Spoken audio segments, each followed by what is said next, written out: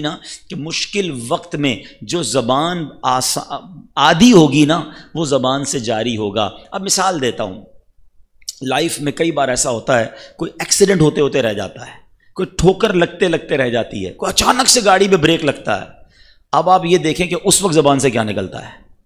جس کی زبان پر درود و سلام رہتا ہے، اولیاء کرام کے نام رہتے ہیں، آپ دیکھیں جھٹکا لگتے ہی ان کی زبان سے زور سے نکلتا ہے، یا رسول اللہ، یا غوث پاک، لا الہ الا اللہ. کیوں نکلا بھائی؟ کیونکہ اندر یہ بھرا ہوا تھا، جھٹکا لگا تو وہی باہر نکلا. اور کچھ لوگ ایسے ہیں کہ جب ان کو دھکا لگتا ہے، جھٹکا لگتا ہے تو گالیاں نکلتی ہیں. ایک جملہ ہے نا بڑا مشہور، برتن سے وہی چھلکتا ہے جو برتن کے اندر ہوتا ہے. آپ دودھ کا پیالہ لے کر جائیں، ٹھوکر لگے گی، کیا گرے گا؟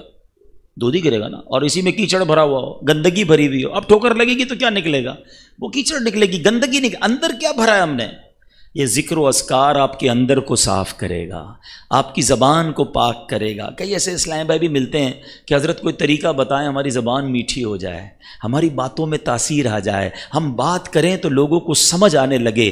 واللہ اس زبان کو اللہ اور اس کے رسول کے ذکر سے تر کرو، تمہاری باتیں میٹھی ہونا شروع ہو جائیں گی، تمہاری باتیں سمجھ آنے لگنا شروع ہو جائیں گی. کیونکہ یہ زبان رب کی نعمت ہے، اور نعمت کی جو قدر کرتا ہے اللہ اس نعمت میں اور برکت ڈال دیتا ہے. اللہ مجھے اور آپ کو اپنی زبان کا پراپر یوزج کرنے کی توفیق عطا فرمائے. آئیے مل کر محبت کے ساتھ درود پاک پڑھ لیں. صلو علی الحبیب صلی اللہ تعالی علی محمد صلی اللہ علیہ وسلم. میری خود انسپریشن ہے کچھ لوگوں کے بارے میں، کاروباری ہیں، کوئی بہت بڑا مذہبی نام نہیں ہے، مگر روز کے 15,000 درود پاک پڑھتے ہیں، 20,000 درود پاک پڑھتے ہیں. وہ پتہ کیا کرتے ہیں؟ وہ جب بات کر رہے ہوتے ہیں نا اس وقت تو وہ بات کر رہے ہوتے ہیں، مگر جب وہ سن بھی رہے ہوتے ہیں تو درود پڑھ رہے ہوتے ہیں. اگر آپ کا مائنڈ سیٹ بن جائے نا، آپ مثال کے طور پہ آپ میں سے کئی لوگ کمپیوٹر پر کام کرتے ہوں گے، ٹھیک ہے نا، کمپیوٹر پہ آپ کام کر رہے ہیں، جو بھی کر رہے ہیں، زبان تو فارغ ہے نا. اگر آپ چاہیں تو وہ زبان ذکر اللہ کرتی رہے، اللہ پر اللہ کا نام لیتی رہے، درود پاک پڑھتی رہے. تھوڑے دنوں کے لیے مشکل رہے گی، مگر ایک وقت آئے گا جب زبان عادی ہو جائے گی نا تو آٹومیٹکلی زبان جو ہے وہ ذکر الہی کرنے لگ جائے گی، انشاءاللہ درود پڑھنے لگ جائے گی. ابھی آپ کا مائنڈ سیٹ بن جائے تو انشاءاللہ زبردست ہو جائے گا. نعمتوں کی بات چل رہی ہے اور نعمتوں کے قدر کی بات چل رہی ہے. ہمارے اسلاف اپنی نعمتوں پر کس قدر حساس ہوتے تھے اور انہیں اللہ کی دی گئی نعمتوں کی قدر کتنی ہوتی تھی. سیدنا مالک بن انس رضی اللہ تعالیٰ عنہ فرماتے ہیں کہ حضرت سیدنا یونس بن یوسف رحمۃ اللہ تعالیٰ علیہ اپنے زمانے کے مشہور اولیاء کرام میں سے تھے. زیادہ تر وقت مسجد میں گزارتے اور اپنے رب عز و جل کی عبادت میں مشغول رہتے. عالم میں شباب یعنی جوانی کا عالم تھا. انہوں نے اپنی جوانی اللہ عز و جل کی عبادت کے لیے صرف کی ہوئی تھی. اکثر آپ میں سے بھی نوجوان ہیں. ایک مرتبہ مسجد سے باہر آ رہے تھے، راستے میں ایک عورت پر نظر پڑ گئی. دل کچھ دیر کے لیے اس کی طرف مائل ہو گیا، لیکن پھر فوراً اپنے فعل پر نادم ہوئے کہ یہ میں کیا کر رہا ہوں، حرام دیکھ رہا ہوں. اب اللہ سے دعا کی کہ اے اللہ، اے میرے پروردگار، بے شک تو نے مجھے آنکھیں عطا فرمائیں جو کہ بہت بڑی نعمت ہے، لیکن مالک مجھے خطرہ لگ رہا ہے کہ کہیں ان آنکھوں کی وجہ سے میں عذاب میں مبتلا نہ ہو جاؤں، یہ آنکھیں مجھے ہلاک نہ کر دیں. اے میرے پروردگار میری آنکھیں واپس لے لے، میری آنکھوں کی بینائی سلب کر لے. اللہ سے دعا کی. جیسے ہی دعا سے فارغ ہوئے آپ کی آنکھیں چلی گئیں. اب آپ نے کیا کیا؟ نماز تو پڑھنی تھی، مسجد تو جانا تھا، عبادت گزار تھے، اپنے بھتیجے کو ساتھ رکھ لیا کہ اب وہ نماز کی اوقات میں مسجد لے جائے، کوئی کام ہو تو وہ کام کر دے. وہ مسجد میں چھوڑ دیتا اور بچوں کے ساتھ کھیلنے چلا جاتا.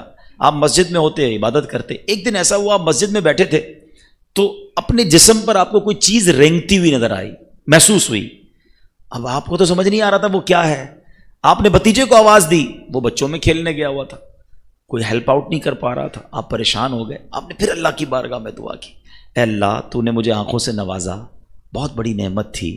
مجھے خوف ہوا کہ کہیں میں ان آنکھوں سے گناہ نہ کر بیٹھوں، عذاب میں مبتلا نہ ہو جاؤں. میں نے دعا کی، تو نے میری آنکھیں واپس لے لیں، مگر مولا اب مجھے خوف یہ ہے کہ اگر میری آنکھیں نہ آئیں تو یہ میری آزمائش میرے لیے رسوائی کا باعث نہ بن جائے. میرے مولا کرم کر دے، مجھے اس مصیبت سے بھی بچا لے، میری آنکھیں واپس لوٹا دے. اب بھی آپ نے دعا کی، اللہ نے آنکھیں واپس لوٹا دے. اچھا یہ ایک بزرگ کا واقعہ اور ان کی سوچ ہے ان کی. اچھا اللہ کی بارگاہ میں مقبول کیسے ہیں کہ دعا کرتے ہیں تو آنکھیں چلی جاتی ہیں, دعا کرتے ہیں تو واپس مل جاتے ہیں. ایسا مقبول بندہ اور اس کے خوف خدا کا عالم یہ ہے کہ ایک غفلت ہوئی اور اتنی بڑی شرمندگی. آج میں اور آپ سوچیں کہ اللہ نے مجھے اور آپ کو کتنی نعمتیں دی ہیں. یہ آنکھیں, یہ دل, یہ زبان, ہم کن کاموں میں استعمال کر رہے ہیں؟ وہ پنجابی شاعر کہتے ہیں نا, اس لیے تھوڑی دی ہیں یہ چیزیں کہ بندہ ان سے حرام کرے. وہ کہتے ہیں دل یاد لئی بنایا ہے تعریف لئی زبان, دل یاد لئی بنایا ہے تعریف لئی زبان, کھیاں بنائیاں سونے دے دیدار واسطے, اکھیاں بنائیاں سونے دے دیدار. اللہ نے یہ آنکھیں, یہ دل, یہ زبان, یہ آنکھ, کان, پیر اپنی عبادت کے لیے دیے ہیں, اپنی رضا والے کاموں کے لیے دیے. ہم کن کاموں میں استعمال کر رہے ہیں؟ اور یاد رکھو جس نعمت کا شکر ادا نہیں کیا جاتا, جس نعمت کا حق ادا نہیں کیا جاتا, ڈر ہے کہ وہ نعمت چھین لی جاتی ہے. آپ میں سے بہت سارے تو وہ ہیں کہ جن کو اللہ نے کروڑوں سے اچھا بنایا. ہم سب کو ہی کروڑوں سے اچھا بنایا. کئی وہ ہیں جو بڑی اچھی پوسٹ پہ ہیں, کئی وہ ہیں جو بڑے اچھے ادارے میں ہیں, کئی وہ ہیں جو بڑی اچھی سیلری اون کرتے ہیں. مگر سوچیں ان تمام نعمتوں کے بعد میرا اللہ کی بارگاہ میں انداز کیا ہے؟ شکوے, شکایات یا شکر ہے؟ دو قسم کے لوگ ہوتے ہیں کہ جن کے پاس بہت کچھ ہوتا ہے مگر پھر بھی زبان پر شکوہ ہوتا ہے, اور کچھ اللہ کے بندے ایسے ہوتے ہیں جو ہر حال میں اللہ کا شکر ہی ادا کر رہے ہوتے ہیں. یہ آنکھیں, اللہ اکبر. یاد رکھیں آپ تو بہت سارے مختلف اداروں میں کام کرتے ہوں گے جہاں بعض اوقات فیمیل ورکرز بھی ہوتے ہیں. اپنی آنکھوں کی حفاظت کرنا یہ بہت ضروری ہے. سرکار مدینہ صلی اللہ تعالی علیہ وسلم نے مولا علی شیر خدا کرم اللہ تعالی وجہ الکریم سے فرمایا, ترمذی شریف کی حدیث ہے, اے علی ایک نظر کے بعد دوسری نظر نہ کرو. یعنی اگر قصدن, یعنی اچانک بلا قصد, بغیر ارادے سے, ان انٹینشنلی کسی عورت کی طرف نظر پڑ جائے تو ہٹا لو, دوبارہ نظر نہ کرو. کہ پہلی نظر جائز ہے, دوسری نظر جائز نہیں. اب شیطان ہے نا, اس میں کہتا ہے پہلی نظر نہ ہٹاؤ, دیکھتے رہو پہلی باری میں, وہ تو جائز ہے. ایسا نہیں ہے. یاد رکھیے کہ اگر پہلی نظر جمائے رکھی تو اب وہ بھی دوسری نظر کے حکم میں ہی ہوگی, اس پہلی نظر کا بھی گناہ ملے گا. اور یہ حرام, جہنم میں لے جانے والا کام ہے بدنگاہی. آنکھوں میں جہنم کے کیل ٹھوکے جائیں گے. جو اپنی کانوں سے حرام سنتے ہیں ان کے کانوں میں پگھلا ہوا سیسا ڈالا جائے گا. کبھی آپ نے دیکھا یہ دونوں جو آرگنز ہیں کتنے نازک ہیں؟ موسٹ سینسٹیو آرگنز ان اور باڈی کون کون سے ہیں؟ اگر اس کو آپ دیکھیں نا, آپ سرما لگاتے ہیں, ہاتھ کانپ رہا ہوتا ہے کہ یار یہ سلائی ذرا زور سے لگ گئی نا تو آنکھ بڑی نازک ہے, درد ہو جائے گا, سرخ ہو جائے گی. جو موٹر سائیکل چلاتے ہیں ان کو پتا ہے کبھی کوئی چھوٹا سا تنکا چلا جاتا ہے آنکھ میں, جان نکل جاتی ہے. یہی کان ایئر بڈ استعمال کرتے ہیں, تھوڑا سا زور سے کرے تو درد شروع ہو جاتا ہے, اتنے نازک ہیں. اگر جہنم کے کیل ٹھونکے گئے یا جہنم کی آگ ڈالی گئی تو کدھر جائیں گے؟ تو ہمیں اللہ کی نعمتوں کی قدر کرنی ہے. آنکھیں اللہ نے دی, کان اللہ نے دیے, زبان اللہ نے دی, ہاتھ اللہ نے دیے, پیر رب نے دیے, پھر اس کے ساتھ اللہ نے بہترین روزی دی, علم عطا کیا, آپ کو معاشرے میں عزت دی ہے, اور سب سے بڑھ کر تو رب نے مسلمان بنایا ہے. ہم ان نعمتوں کے بارے میں کیا اپنا انداز اپنائے ہوئے ہیں؟ یاد رکھیے رب کریم. اچھا پھر اللہ کریم کو بندہ کون سا پسند ہے؟ بدقسمتی سے ہم دونوں معاملے میں الٹے چلتے ہیں. حالانکہ مسلمان کا, مومن کا حال روایتوں میں آیا بڑا نرالا ہے, اس کے فائدے ہی فائدے ہیں. وہ تکلیف میں ہوتا ہے تو صبر کرتا ہے, صبر کرتا ہے تو کیا ہوتا ہے؟ ان اللہ مع الصابرین, اللہ کی رحمت ساتھ ہو جاتی ہے. نعمت میں ہوتا ہے تو شکر کرتا ہے, پھر کیا ہوتا ہے؟ لئن شکرتم لازیدنکم, تم میرا شکر ادا کرو میں تمہیں اور عطا کروں گا. دونوں طرف بینیفٹ میں ہے نا. مومن کا ہر حال برکت والا ہے, تکلیف بھیجی صبر کر کے اللہ کے قریب ہو گیا, نعمت بھیجی شکر کر کے اللہ کے قریب ہو گیا. مگر دونوں میں حال برا ہے ادھر کہ تکلیف آتی ہے تو بے صبری کرتے ہیں, نعمت ملتی ہے تو ناشکری کرتے ہیں. ذرا سنیے گا کہ حدیث پاک ہے کہ 3 روایتیں ہیں، ایک روایت سنتے ہیں، اس میں سے 2 آوازوں پر دنیا و آخرت میں لعنت ہے۔ کون سی 2 آوازیں ہیں؟ نمبر 1، نعمت کے وقت باجا، مصیبت کے وقت چلانا۔ یہ کتنی عجب بات ہے کہ نعمت ملتی ہے تو ناچ گانے میں پڑ جاتا ہے، اللہ کو نافرمانی، اللہ کی نافرمانی میں پڑ جاتا ہے، مصیبت آتی ہے تو چلانے میں لگ جاتا ہے۔ یہ دونوں ہی غلط کام ہیں۔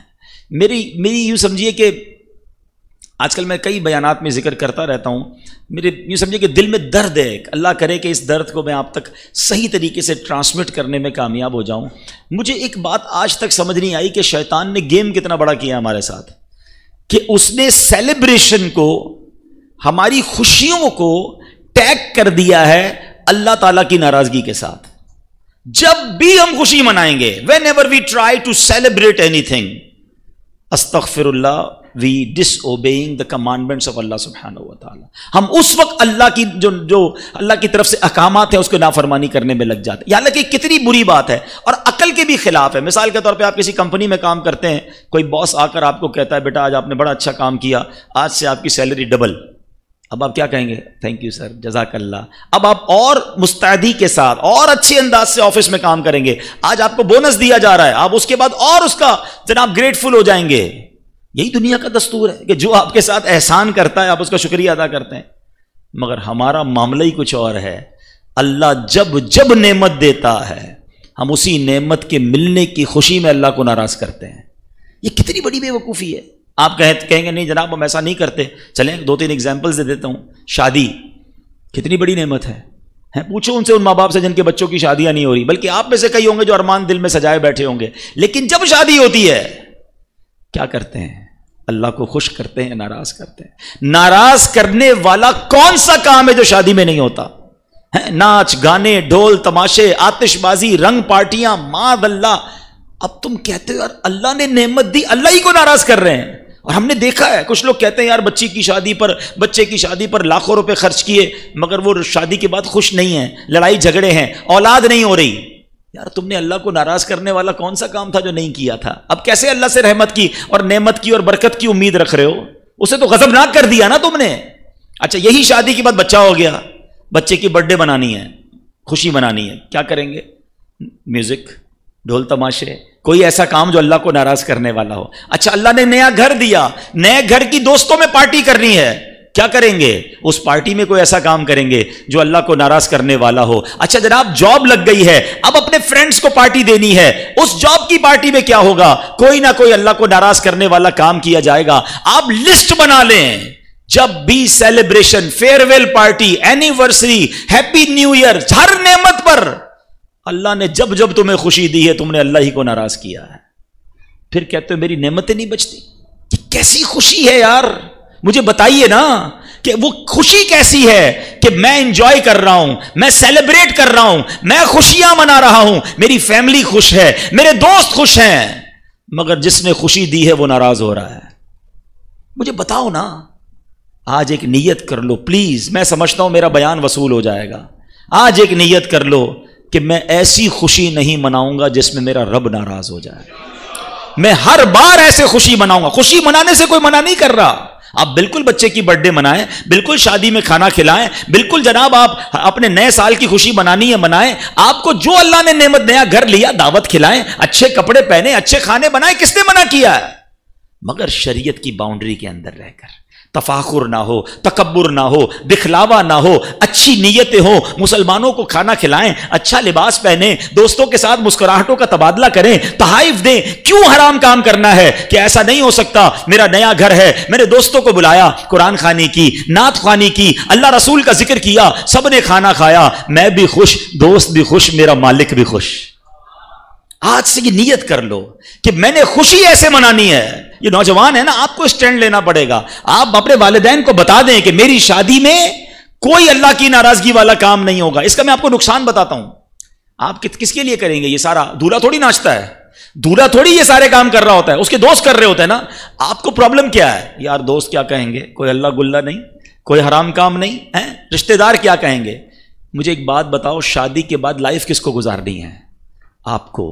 اپنی وائف کے ساتھ، اپنے بچوں کے ساتھ، آنے والی نسلوں کے ساتھ زندگی تم نے گزارنی ہے، اور تم اس زندگی کو گزارنے کے ابتدا میں اپنے رب کو ناراض چند دوستوں کے لیے کر رہے ہو. وہ دوست چلے جائیں گے، برباد تم ہو جاؤ گے، ناراض رب تم سے ہو جائے گا. مجھے نہیں کرنی ایسی خوشی چند دوستوں کی خاطر، چند رشتہ داروں کی خاطر، چند جناب رسم و رواج کی خاطر کہ میرا مالک ہی مجھ سے ناراض ہو جائے. آج یہ اصول بنا لو زندگی کا کہ جب خوشی منانی ہے ایسی منانی ہے کہ رب کو بھی راضی کرنا. میں ایک صاحب سے ملا، بڑا کمال کا کام کیا انہوں نے، بہت اللہ نے نوازا ان کو. کہتے ہیں میں جب بھی اپنے ایک بچے کی شادی کرتا ہوں نا، ساتھ 4 غریب بچوں کی شادیاں بھی کر دیتا ہوں. میں کوئی ہلا گلا نہیں کرتا، کوئی فنکشن نہیں کرتا، 4 غریب بچوں جوڑوں کو بلاتا ہوں، ان کے سارے جو بھی خرچے ورچے پورے دے دیتا ہوں، اور اللہ سے دعا کرتا ہوں اللہ ان 4 جوڑوں کی برکت سے میرے بچوں کو خوشی عطا فرما. دیٹس دا وے. مناؤ نا. خوشی کس نے منع کیا ہے؟ اسلام میں انجوائمنٹ منع نہیں ہے، سیلیبریشن منع نہیں ہے، خوشی منع نہیں ہے، لیکن ایک باؤنڈری ہے نا. اس باؤنڈری سے اچھا یہ باؤنڈری پتہ نہیں کیوں لوگوں کو بری لگتی ہے. آپ کی آفس کی باؤنڈریز ہوتی ہیں، آپ کے آفس کے رولز ریگولیشن ہوتے ہیں، اس ٹائم پر آنا ہے، اس ٹائم پر جانا ہے، یہ بولنا ہے، یہ نہیں بولنا ہے. کئی ملکوں کی باؤنڈری ہوتی ہے کہ ملک کے اندر فلاں حکومت کے خلاف، فلاں ادارے کے خلاف بات نہیں ہوگی. جب اس ملک میں رہ کر ملک کے قانون پر عمل کرنے کے لیے آپ تیار ہیں، کمپنی میں جا کر کمپنی رولز کو فالو کرنے کے لیے تیار ہیں، ایون یونیفارم کو فالو کرنے کے لیے تیار ہیں، مسلمان ہو کر اسلام کے رولز فالو کرنے کے لیے تیار نہیں ہیں. عجب مذاق بنا ہوا ہے. میں پہلے مسلمان ہوں، نبی پاک کا امتی ہوں، اور واللہ یہ بھی شیطان کا وار ہے، یار وہ والی انجوائمنٹ نہیں کرتے تو مزہ نہیں آتا.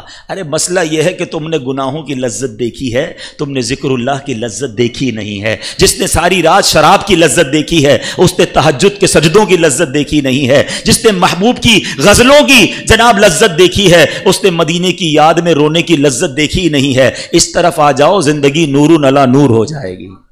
اللہ مجھے اور آپ کو اپنی اللہ کو راضی کرنے والے اعمال کرنے کی توفیق عطا فرمائے. تو میں چند باتیں اسٹارٹ میں اس لیے لایا تھا کہ کچھ مدنی پھول اپنی نعمتوں کے شکرانے کے حوالے سے، اور اسی طرح جب کوئی تکلیف آ جائے، کوئی امتحان آ جائے تو شکوہ نہ کریں، شکایت نہ کریں، زبان پر صبر رکھیں. اللہ نے پھر بھی آپ کو کروڑوں سے اچھا بنایا ہے. کبھی کے دن بڑے ہوتے ہیں، کبھی کی راتیں بڑی ہوتی ہیں.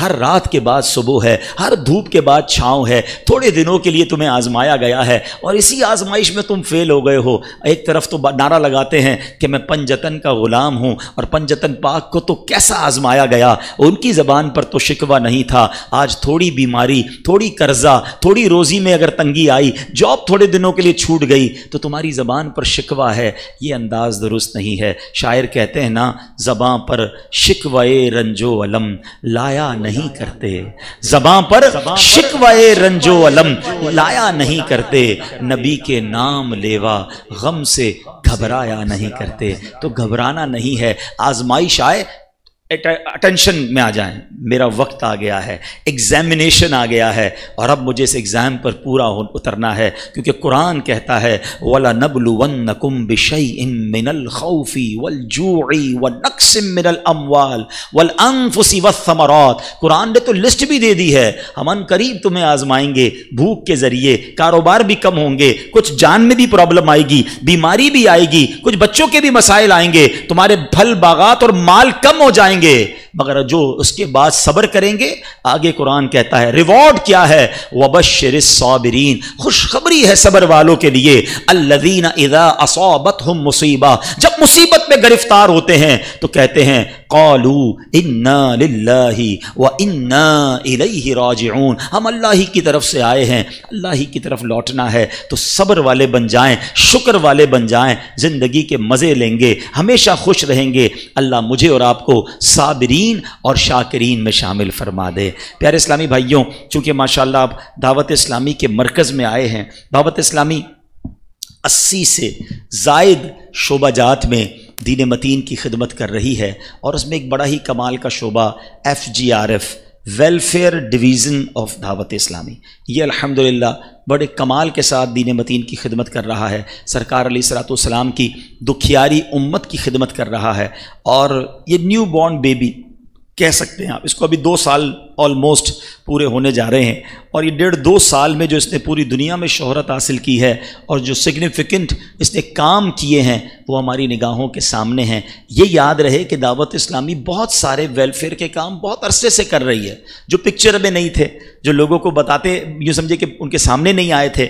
جب 2005 میں کشمیر کا زلزلہ آیا تھا تو اس وقت الحمدللہ آپ کی ہماری دعوت اسلامی نے وہاں بھی اس زمانے میں 2005 میں 17 کروڑ روپے کی کم و بیش اجناس, رقوم اور سامان بھیجا تھا. تو اب 2005 کے 17 کروڑ اگر آج دیکھنے جائیں تو میرا خیال ہے وہ کئی ارب کے برابر ہو جائیں گے. تو اس زمانے میں دعوت اسلامی نے کام کیا تھا. اس کے بعد کئی کام ہوتے رہے, سیلاب آتے رہے, دعوت اسلامی والے جا کے مدد کرتے رہے. مگر کووڈ جب آیا تو ہم نے ریئلائز کیا کہ جیسے روٹس ہمارے ہیں ایچ اینڈ ایوری سٹی, ہم کہہ سکتے ہیں کہ تقریباً ہر ولیج میں, پاکستان کے کونے کونے میں اور پھر دنیا کے کئی ملکوں میں ہماری ایک شاندار پریزنس ہے. تو اگر ہم ویلفیئر کا کام کرتے ہیں تو جناب کام بڑا اچھا ہو سکتا ہے. وہ سرکار کی امت پریشان تھی صلی اللہ تعالیٰ علیہ وسلم. اور ایک بات اور یاد رہے کہ جب کووڈ آیا تھا نا, وہ مہینہ رجب کا مہینہ تھا. پڑھے لکھے لوگ موجود ہیں, ہر ریلیجس آرگنائزیشن کے لیے رجب, شعبان اور رمضان یہ پیٹرول بھروانے کا مہینہ ہوتا ہے. اسی مہینوں میں آپ کو اپنا ڈونیشن جمع کرنا ہوتا ہے پورے سال گاڑی چلانے کے لیے. اور یہ رجب کے مہینے میں جناب کووڈ آ گیا. ہماری ویسی پوزیشن, ہم پریشان ہو گئے کہ مارکیٹیں بند ہو گئیں, دکانیں بند ہو گئیں, ہمیں چندہ کدھر سے ملے گا. اور اس دوران لوگ اور پریشان ہو گئے کھانے پینے کے معاملے میں. اللہ پیر و مرشد کو سلامت رکھے. آپ نے کہا دعوت اسلامی کی خیر ہے, دعوت اسلامی والے باہر نکلیں, پہلے سرکار کی امت کی مدد کریں.